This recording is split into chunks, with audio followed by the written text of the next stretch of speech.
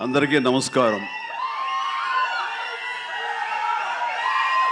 ఇలాంటి ఫంక్షన్స్కి రావడం మూలంగా ఇక్కడున్న ఎనర్జీ నాకు ఎంత ఉత్సాహాన్ని ఇస్తుందంటే అంతా ఇంత కాదు. వచ్చే ముందు కొంచెం డల్గా వచ్చినా సరే ఇక్కడి నుంచి ఎనర్జీతో వెళ్తున్నాను. అంత ఎనర్జీ ఇచ్చిన ప్రతి ఒక్కరికి, యూనిట్లో ఉన్న ప్రతి సభ్యులకి, ఆహ్వానితులకు, అభిమానులకు అందరికీ నా హృదయపూర్వక నమస్కారాలు, ధన్యవాదాలు తెలియజేస్తున్నాను. ఏంటి ఫంక్షన్ ఉందా? ఎవరు హీరో?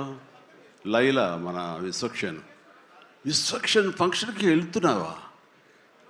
ఎందుకు వెళ్ళకూడదు? అతను మన మనిషి కాదు, అవతల బాలకృష్ణ. అప్పుడప్పుడు తారక్ అంటాడు అని. అంటే మనుషులు అన్నాక వేరే వాళ్ళ మీద అభిమానం, ప్రేమ ఉండకూడదా? నా మీద ఆప్యాయత ఉండకూడదా? ఇదేంటిది? మా ఇంట్లోనే మా అబ్బాయి సూర్య అంటే చాలా ఇష్టం. అంత మాత్రం చేత వాడి ఫంక్షన్ వెళ్ళకూడదా? వాడితో కలిసి భోజనం చేయకూడదా? వాడితో ఉండకూడదా?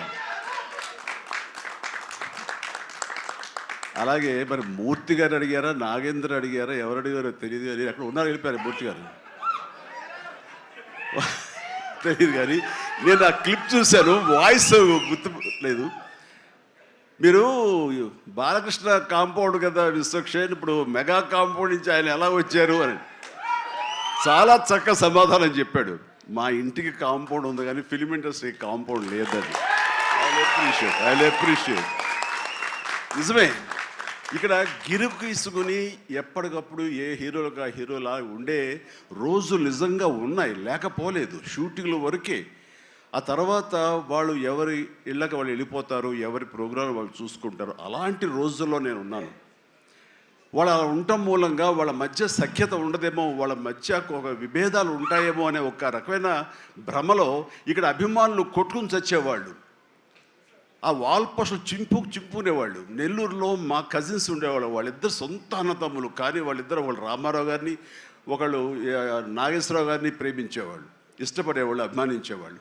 వాళ్ళిద్దరు కొట్టేసుకుంటున్నారు, రక్తం వచ్చారు, కొట్టేసుకుంటారు. నాకు దానికి కంగారు వచ్చేసింది. నేను చిన్నోడిని. ఎందుకలా కొట్టుకుంటున్నారంటే వాడు అభిమాని, వాడు వాడు అది అంటే నాగ్గాడు ఇలాగని ఇద్దరు కొట్టుకుంటున్నారని చెప్పేసి అంటే నాకు ఆ రోజు నుంచి మొదలైంది, ఏంటి సినిమా వాళ్ళు హీరోలు బాగానే ఉంటారు, వీళ్ళు కొట్టుకుని వస్తారేంటి అని చెప్పేసి.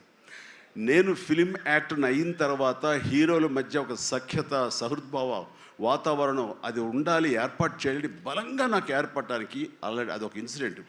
అందుకనే మెడ్రాస్లో హనీ హౌస్ అని అప్పట్లో ఉండే జర్నలిస్టులకు తెలిసే ఉంటుంది. ఆ హనీ హౌస్ ఏంటంటే 1 ఏకర్ ల్యాండ్లో ఉంటుంది.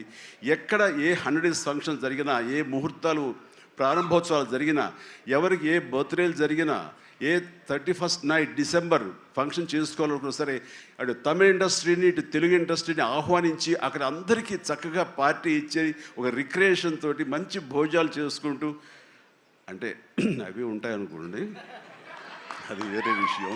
సో వీటితోటి మనుషుల్లో ఉండే అరమరకలు కానివ్వండి, పొరపచ్చలు కానివ్వండి, ఇవన్నీ కూడా సమసిపోయి ఎంతో హాయిగా ఉంటారు.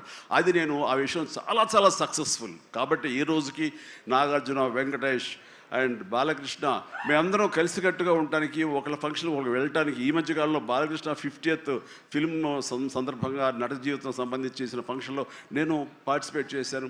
అలాగే నాగార్జున మేము వెరీ ఫ్రీక్వెంట్గా కలుసుకుంటుంటాం. ఈ అరమరికలు ఉండకూడదు. అభిమానం అంటే అది పర్సనల్. నా ఒక రకమైన భోజనం రుచిస్తుంది, ఇంకొక రకమైన భోజనం రుచిస్తుంది. అలాగే ఒకళ్ళు ఇంకొకరితో కనెక్ట్ అవుతారు యాక్టర్లుగా.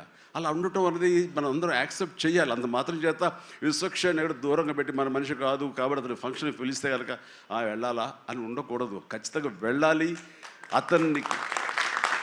అతను మన ఈ ఇండస్ట్రీ మనిషే, మనలో ఒకడు, మన కుటుంబ సభ్యుడు అన్న భావం, అన్న మెసేజ్ మనం ప్రివేల్ చేయాలి. అంటే ఏదో మనం సెపరేట్గా ఉండటం మూలంగా, మనం అతీతంగా మనం దూరంగా ఉండటం మూలంగా మనకు ప్రత్యేకత వస్తుంది, గుర్తింపు వస్తుంది, తద్వారా మన ఇమేజ్ పెరుగుతుంది అనే భావం కరెక్ట్ కాదు.